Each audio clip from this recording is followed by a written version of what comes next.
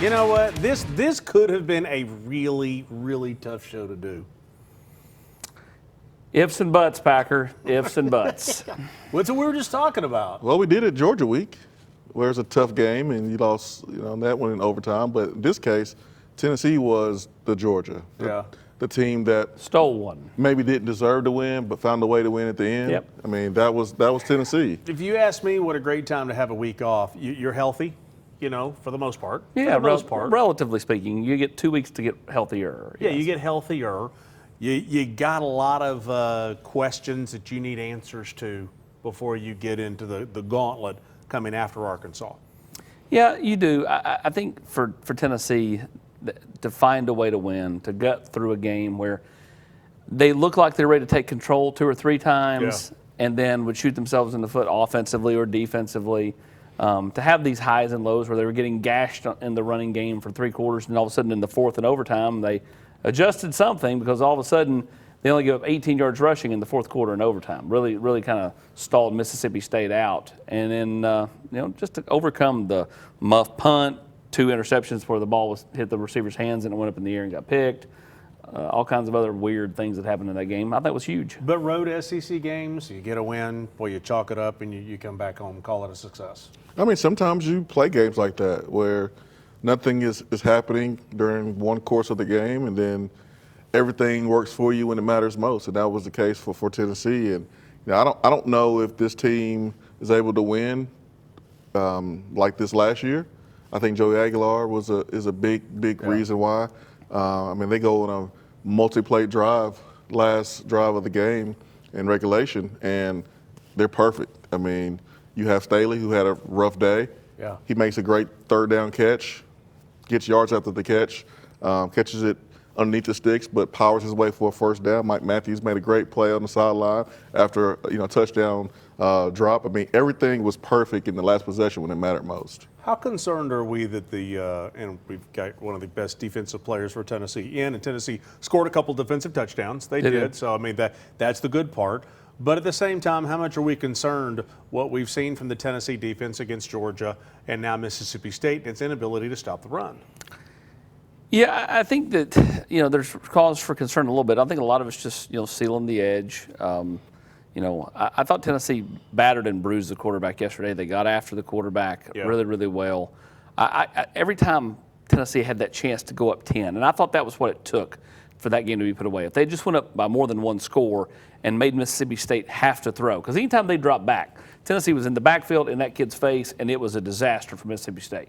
Now, they had a couple of busts in the passing game where, some miscommunication allowed Mississippi State to get a couple guys behind the secondary. But, on the whole, they didn't really throw it to any kind of success yesterday because Tennessee's pass rush was so effective. So, I think good to see Deshaun, by the way. No doubt. And that's another kid of perseverance who just continues to push through. Yeah. But for Tennessee's defense, getting healthier, I think Jackson Moy, able to knock off the rust, didn't play his best games, only going to get better from here. If you can get David Hobbs back for Arkansas, when and if does Jermon McCoy come back? I think that goes a long way because ultimately you just want to continue to add depth in the defensive backfield. I think the safety play is something that to me is a little bit concerning because a couple times it's kind of bit them, Jason, bad angles, poor tackling. That's something that can't happen in the last line of defense. Yeah, I think everyone needs to take a look at the mirror. There were some times when, the players didn't get the call in, on time, and they were kind of wondering where to line up and how to line up, and Mississippi State was able to hit them over the top. And then you had guys taking poor angles, like you mentioned there, whether it was linebacker or safety. I thought corners did a really good job in the screen game. Boo Carter makes a really good play coming up. Turntime did the same thing. Thompson, number 0 for Mississippi State, one of their big play guys. That hit on him from Boo Carter, that affected him for the rest of the game. Yeah. And Mississippi State, when they beat Arizona State, they had 3 plays of where they scored a touchdown 45 yards or more. And so they were used to big plays, and I thought that hit on him kind of made him think twice about running routes. Is there a suggestion box over there? No. Is there a suggestion box anywhere over there? Because I want to make a suggestion, okay? Okay, go ahead. We replace the girl who follows Heupel around with a cup of water the whole game. Okay. And we replace with someone who can help him with clock management. because the clock management at the end of that game was as bad as I've ever seen. You got away with it. You got to overtime. Talk me through it. You got to win. Okay, you had all your timeouts. Okay. You had over a minute. Okay, I'm with you here. You end the game with 2 timeouts in your pocket, and you don't even get a chance to kick a field goal. There was no sense of urgency. I wasn't the only one sitting there screaming at the TV, what are we doing? What are we doing? Take a timeout. Go kick a field goal. Yeah, to begin that drive, Boo trying to make a play in the punt return cost you like 9 or 10 seconds. That wasn't ideal considering he gained 1 yard. No. So that cost you about 9 or 10 seconds. Then you're sitting there with Mississippi State with all 3 timeouts. And the reason Tennessee got the ball back with a chance was because Jeff Lebby went pass, incomplete, incomplete. Has nothing to do with my suggestion in the suggestion box. No, it is. Sure it does. Sure it does. Yes, it does. Story. Yep. So you're trying to not allow them to have the ball back because they have all 3 timeouts. Did a heck of a job with that. It happened right before the half, too. So the first part of the clock running off did not bother me because you're trying to get it to a point. But at some point you have to hit the accelerator, which goes to your point. The last 38 seconds is where I felt like they really messed up. Once you had the scramble by Aguilar to basically get it to midfield, right? And Deshaun picks up the first down. At that point, you got like 20-something seconds on the clock. You should have took a timeout. Instead, Heupel, as he said to me after the game when I asked him about it, said, well, we had our second play called. But this is not even an NFL team. Like, it's not a high school team where the operation is really slow, but it's still not an NFL team where it's crisp. So Joey still gets up there and he's naturally looking around, even though the clock's ticking off, tick, tick, tick, tick. Hike. Then he scrambles around, throws it away, 4 seconds to go. That's where you lost the time in that deal. Instead of taking the time out after the first down was picked up, and you'd had 20 seconds to do at least 2 to 3 plays, to your point, and still had 1 timeout at that point. Okay, I got yours. What was your take? I mean, I agree with Austin. I mean, it needed to be better, for sure. I think anytime you're calling plays and you're the head coach and you have to manage the clock, I mean, sometimes it can be difficult. And I thought we wasted some valuable time. I mean, I think Joey had a scramble that took a lot of time off the clock when maybe he should just threw it away. Nothing was there. Boost, punt return, trying to do a lot. And I get it, man. He's a playmaker. He didn't get many opportunities because he wasn't out there the whole entire time. So he's trying to make a play. I get it. I respect it. But they wasted time during that drive. Okay, those are things I didn't like. What I did like was the shot to Braylon Staley because I don't think Mississippi State necessarily was expecting that down the middle of the field. Aguilar underthrew it a smidge because Staley had to hold up on it just a smidge, and that allowed the DB just to be able to get there and get a hand on it. Okay, Otherwise, so back to my suggestion in the suggestion box is that I feel like if you've got a championship winning team here, I believe you've got a team that could win a national championship. I really do. I believe that. Now, you're going to have to stop somebody. You're going to have to clean some things up. But you got to go win games. You got to go take games. You didn't do that against Georgia. It cost you a little bit. Sure. You didn't go win it. You almost blew it against Mississippi State. You didn't go take it. I think you've got to have the mentality at the end of a football game of go get it, go take it. I mean, you've got a quarterback. I'm saying you got 3 timeouts in over a minute. Go get it. Well, I think he did try to go get it when he threw it to Braylon Staley down the middle of the field on the post. Then, but to your point though, they wasted time the last 38 seconds. They wasted time the last 38 seconds. That's what. But I will say this too. If you're Josh Heupel, do you really want Max Gilbert attempting a 50-yarder for the win? I get it. He can make it. But you talk about the psyche of a kicker.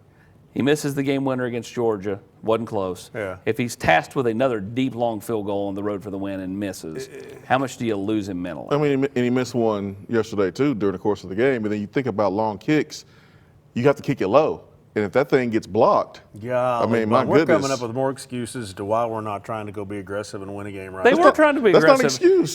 That's just the reality. They got reality. conservative with some things, but they also did take a shot. You're acting like they just sit around and do Here's the nothing. deal. We agreed. I agree with you. Time was wasted. Here's We the agreed deal. there. I agree. Thank you very much. We've got to get to break right now, but all I'm saying is if Tennessee doesn't win that game in overtime, this is not just a passing conversation. No, I agreed. If they don't win it in overtime, this is a fundamental, everybody looking over the edge of the Henley Street Bridge, peering over, thinking maybe I should jump and wondering if they have the time to do it. All right, let's take a break. We'll come back. Caleb Herring's in studio. We'll visit with him. A lot more to get to on the Food City Locker Room, brought to you by Garza Law. A beacon of hope in a world of high prices. Look to the skies, Knoxville. Super savings is here.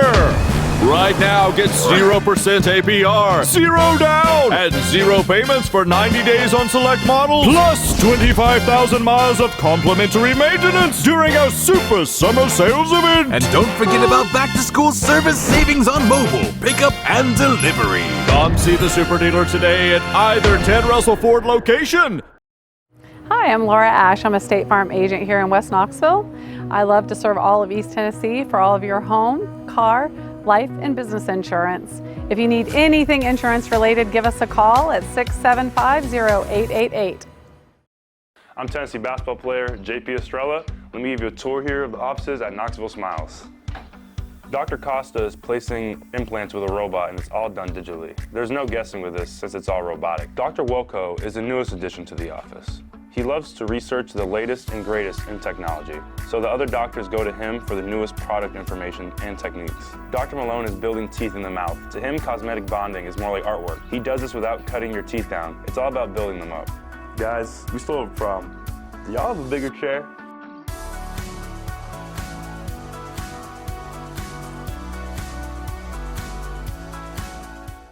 Brought to you by Food City. It's the Ask Coach Heupel Show. Hello, and welcome to Ask Coach Heupel. I'm your host, Josh Heupel. Jim asks, Coach Heupel, got any tailgating tips?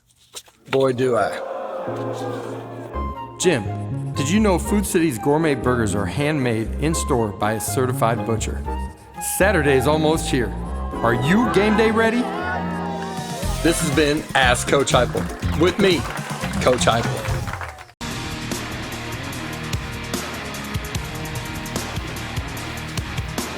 Keep Food City in mind as the tailgating headquarters for every Tennessee game. Of course, no game this weekend. Obviously, Tennessee's off this weekend. What do you do this weekend if you're a player and you're off? Go back home?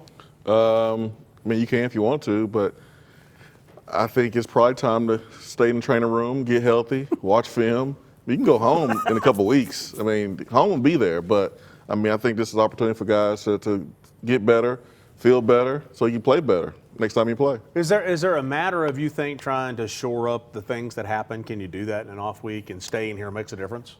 Yeah, I mean, for practice, yes, you can definitely clean some things up in practice. Work on, trying to, hone the craft a little bit. But once you get to the weekend, unless you're injured, most kids are going to go home and see mom and dad, or mom and dad's going to come to them and they're going to veg out and watch football all weekend, or in the case of some, they're going to go watch their brother play football like he did them a couple of weeks ago. Right. So I mean, like it's all relative, right? I mean, most kids do go and do things on the bye weekend. I'm not saying they go to the beach. I'm just saying they either go home to their high school game, go home and see mom and dad, go see their girlfriend, whatever. I feel like, in looking around the SEC, because I keep looking at other teams now with the playoff the way that it is, looking to see, does 10-2 out of the SEC get into the playoff? You look at Alabama beating Georgia, you see all these one-loss teams, and if you're Tennessee, if you go 10-2, you're in. Do you scoreboard watch, or do you care what everybody else is doing? I mean, I'm a college football fan, so Right. I'm watching everybody. If I'm a player, I mean, I'm careful about paying too much attention to what everybody else is doing. More so, I'm thinking about what I'm doing and making sure that I am doing my job to win games. This happened last year where Alabama beat Georgia, and everyone's like, oh, man, Alabama's the best team in the country. And I don't know about Tennessee, man. And then Tennessee, beats Alabama and gets some help to get into the college football playoff. It's a long season, and there's weeks where maybe you don't look like a playoff team, and there's other weeks where you do. You just have to continue to get better each and every week. To get to 10-2, which is what you're talking about, you got to run the table at home. Yeah. And you've got to do something that you've not done since I was in college. And that's win at Florida or at Alabama. And that's 2003, when Jason was in college. I'm freshman. 42, and how old are you, Jason? 41. There I you was go. a freshman. I'm 56. I saw all of it. Freshman. So, yeah, you got to do one of those two things. Which one? It was at Florida. Florida Both. and at And Alabama. Same year. I was the 5 overtime game in 03, and then, Casey throwing the Hail Mary to James Banks. Yeah, and that's the thing. You look at the other teams right now in the SEC. Ty Simpson is playing as well as anybody right now, quarterback for Alabama. Yeah. He's playing as well as anybody. He is. Florida, it looks like a win, but then Florida could wake up the echoes, and you're like, well, who are these guys? Yeah, they're just got a lot of tough games between now and, when Tennessee goes down there. Where are they going to be? Is Billy still going to be the coach? You've already seen Arkansas fire Sam Pittman, so you're now going to be facing a, Bobby Petrino-led Arkansas team, and he's going to try to, Ride in here on a bicycle? Wake up the Echoes. Yeah, no doubt. They'll try to wake up the Echoes for the Hogs when they roll in here in 2 weeks, because guess what? He's the interim. Yeah, he wants that job. He wants that job. So he's going to have that team trying to play as well as they can, come in here and upset a top 15 ranked Tennessee team. That's going to be something that Tennessee will have to bring their A game, because offensively, Arkansas can score. Tennessee's defense is going to have to find stops. That game, though, should stick in the crawl of every Tennessee player that was here a year ago, which works to Tennessee's favor. Is this Tennessee team a championship-winning team? I feel like they are. I'm not going to say that right now. I think they are capable of being a playoff team. I thought the last home game against Georgia, they looked like a playoff team. Saturday did not look like a playoff team in some moments, but at the end, hey, we've seen playoff teams find a way to win in close games against inferior opponents. I guess my question is, has Tennessee got enough talent? Have they gotten good enough now where you can overcome a day where you muff a punt and the ball's bouncing off the tight end's head and interceptions, and you still figured out a way to win? Have you gotten to that point where you're good enough to do that? Not yet. I mean, 3 muff punts so far this season, inability to stop the run. Tennessee leads the country in sacks, and so you have that working for you, and then explosive plays offensively. Like, you could be a playoff team, or you could be like Ole Miss and Alabama and South Carolina last year, where you play well enough at the end to get in, but you didn't do enough. So, I mean, I can see both scenarios right now. That's why this team needs to continue to get better. So let's bring in, you talk about the defense, you talk about sacks, let's bring Caleb Herring into the show. I guess first off, the question is, how much fun was it? Did the cowbells just drive you crazy, or was the game you guys were all over the place on defense? Man, so going into the week, that's all they were playing at practice was them cowbells. I know, them cowbells, that's my phone, my bad. Hello? My bad. But, here, I'll go turn it off for you, okay? Yeah, please, you keep talking, and I'll turn your phone off for you. Anyway, how much fun was it while I'm turning the phone off? But, going into practice, that's all they were playing. Man, we're just hearing the cowbells go off and on and off. So, like, that whole entire week, we're just like, man, like, as a defense, like, we're good. We got to shut those cowbells up, because it's so annoying. So, yeah, just leading up to that game, I was getting it every now and then. And then, like, I don't know, just something really just clicked for me.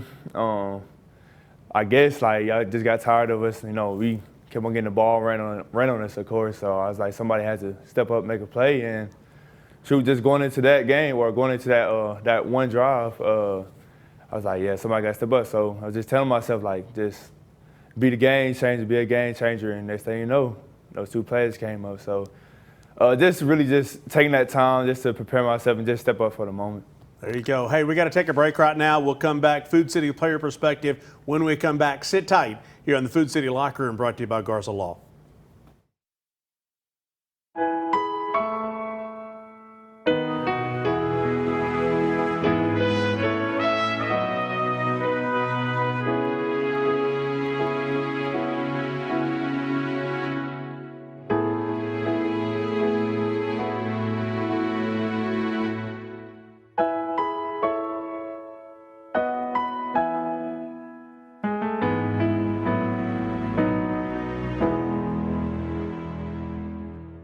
Hey guys, we got a special guest coach today. Catholic alum, Tennessee great, Cooper Mate. Thanks, Coach. Let's see what your boys got. That's it. Come on. Let's go. Drop. Hey, bring it up. Nice work today, man. Y'all hungry? Yeah. We got some Auburn's. Let's eat. Auburn's. Real comfort, real food, real good. More fingers, Mr. Mays? Yes, please. This water makes my hair so dry and brittle. Aqua Clear can fix that. Jeez, I hate the way my water smells. Aqua Clear can fix that. No matter how much lotion I use, my skin is always so dry. Aqua Clear can fix that.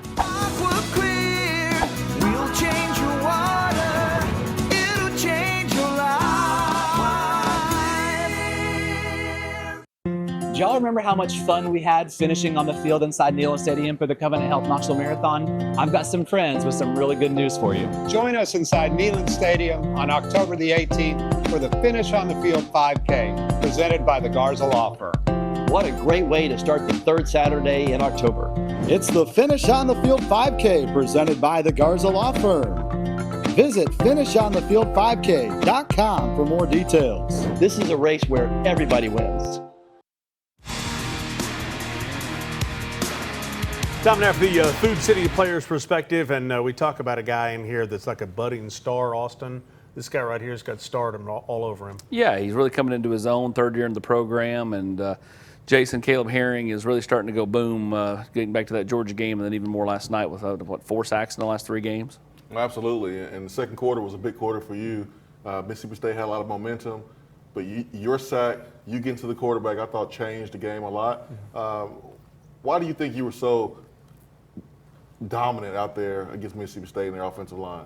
I'll just say really just going in, just going into it and just slowing everything down. Because when I first got in, the first quarter, just kind of seeing too much, and I was just trying to do too much at the same time. But I'd say the second quarter, when that time came and that passing opportunity came, I was like, yeah, I got to take advantage of it and shoot. That's what I did. It was a whiteout for Mississippi State, but it looked like an orange out. Yeah, it did. When you guys looked up and saw all the Tennessee fans there rocking orange, what came to mind for you? Man, yeah, going into the, I remember we were on the bus, and going into like the stadium and stuff, like riding the bus, getting off and everything. It's like I was on my phone. I looked up, I just saw nothing but orange. I was like, it's supposed to be a whiteout game. So we went into the stadium. Shoot, half our fans were already sitting out there, and man, that was just something that I felt like it was more confident too. So just seeing all those fans come out there and support, like, that's love. James Pierce goes to the NFL. Omar Norman-Lott, he's drafted. He's in the NFL. But you guys lead the country in sacks right now. Was that always the plan all along, that you guys have an opportunity to be even better at this point of the season? Man, that's one thing about our coaching staff. They always feel as if, like, we're going to get better year by year. Each year that this program, they feel as if we're going to get better each year. So just having those guys step up, guys like me, Josh, Jordan, the interior, especially young guys. The young guys, they played the whole lot this year, and they've been doing a good job. Just being next man up, that's really been our mentality. You guys start the game with 3 and out. There was a muff punt. There was some turnovers during the course of the game that put you guys, in a tough spot. What are the conversations on the sideline whenever the offense, needs a pick-me-up from the defense? What are you guys talking about? Yeah, man. Whenever something like that happens, we always have the offense back. We may go to Joey or something after something like that happens. We'll be like, yeah, we got y'all. Like, we always gonna have y'all back. Just trying to uplift them, because it's never good to down talk. That's just gonna mess up their confidence. So just continue to try to uplift them. That's our biggest thing. What's your plans for the bye week? Man, so starting off the week, just trying to get all my schoolwork out of the way, because I'm not trying to think about schoolwork while I'm home, like just trying to have like a little week off, but just schoolwork first, and then just really taking care of my body. Then this weekend I'm going to watch my brother play. So that'll be really cool. What's the next level for you? Playing at a high level right now, but what's the next level for your game, in your opinion? Just being more consistent. I just can't pick and choose. Just being consistent each and every drive I go in, playing as hard as I can. Because I play hard, but I feel like I still have more in the tank. What was your reaction when Arion Carter gets the tip there in the end zone in overtime, and it confirmed that Tennessee won the game? You were not in on that play, but your reaction, how did it feel? Celebrate with your teammates, see all the Tennessee fans there in attendance as well celebrating. Man, yeah, after that happened, I actually went up to like the Mississippi State fans. I was like, what are Cowbells? And I just talking to them. And after we celebrated with my teammates, found my mom in the crowd, just celebrate with her too. But man, Arion, like after seeing that play, I was just talking crap to everybody else. I ain't gonna lie. Hey, when the crowd is hostile to you when you get a win, there's nothing wrong with giving it back to them, guys. Mm-hmm. No, you're right about that. It's kind of like the Ryder Cup. You're right. I mean, like you get to have a little fun. It's like Colton Hood said yesterday. He goes, I didn't even see who hit the quarterback, who had it picked up running. I just saw a blur going the other way. I heard the crowd cheer. That was the Tennessee section. I just started talking trash to the Mississippi State sideline. Yeah, that's a big play. That was a big play. Caleb, thanks for coming in, man. Good luck the rest of the way, okay? Yes, sir. Thank you for having me. All right, let's take a break. We'll come back. We'll talk about keys to success in the off week when we come back. Matlock Tire Service and Auto Repair is proud to be celebrating 70 years of serving East Tennessee. That's 70 years of old school customer service, trustworthy auto repair, and of course, great deals on tires. Each one of our 5 convenient East Tennessee locations feature family-friendly waiting areas, and you can schedule appointments and search for tires right on our website at matlocktireservice.com. Modern convenience, hometown values. For 70 years and counting, Matlock Tire Service and Auto Repair. Hello, I'm Dr. Joel Ash, a Knoxville native and the owner of Ash Chiropractic and Wellness. We would like to help you on every step along your health journey, whether that's chiropractic care, soft tissue work, or diet and exercise help. I'm located in the Renaissance Plaza. You can give me a call at 865-671-1000. Hi, I'm Matt Marshall with Exterior Home Solutions. Hi, I'm Dustin Woodson, also with Exterior Home Solutions. We are now easier than ever to find, right off of I-75 and Merchants Road. It's a new location, but the same trusted expertise in roofing and siding that you've come to trust over the past 25 years. Local quality craftsmanship, licensed and insured. For the best and most trusted name in roofing and siding, scan the QR code on your screen. Exterior Home Solutions, when it has to be the best. Community banking is about location and much more. It's about family. We reside in your community. We are a part of your community. At Commercial Bank, our commitment extends beyond the walls of our branches. It's displayed each day in the opportunities we provide, the money we give back, and the time we commit, all to help improve the lives of the people, families, and businesses that make our communities great. Commercial Bank, life made better. Now make sure you put this on your calendar, Saturday, October the 18th, finishonthefield.com. Your chance to run a little bit on a big Saturday in October and finish up in Neyland Stadium, brought to you by Garza Law. Mark Factor along with Jason Slane, Austin Price back here on the locker room. Keys to the game, there is no game. So Jason, as a former player, what are the keys to an off week? Well, it's back to the fundamentals. It's self-evaluation. I mean, we're talking about throwing and pitching and catching. I mean, simple things, taking the right angles. Bye week is really about you working on you and not worrying about the next opponent. So get back to the fundamentals. I think I would be remiss if I did not say to you, wide receiver room, Chris Brazzell has really stepped up. Yeah, he has. You could tell that he's playing with a lot of confidence. Yeah. Catch the ball with his hands, making plays when the team needs it the most. I mean, that 4th down catch is a pass that was, high and behind him. Yep. I mean, he had to flip his shoulders and hips around and make that catch. I mean, big-time players make big plays, big moments. He's done that for Tennessee so far. Yeah, he's been fantastic. Another 100-yard game, another touchdown. Should have been 2 touchdowns and near 200 yards, but the back judge was gutless and not being able to talk with his fellow referee and discuss. That's terrible. And wipe it off. Was afraid to do it inside Mississippi State Stadium. It was a terrible call. Let's call it what it is, man. Call it what it is. He gets paid thousands of dollars to call a football game. Don't call trash calls. Yeah, I mean, they were kind of catfighting. They were both, going back and forth. And you got to let them play. I mean, and that's what they did in the Alabama-Georgia game. Well, that's what they did in the Georgia-Tennessee game. If that was pass interference, then his 2 touchdowns against Georgia should have been pass interference. Same deal. There was a lot of letting them play. Key games coming up this week, Texas and Florida, key one.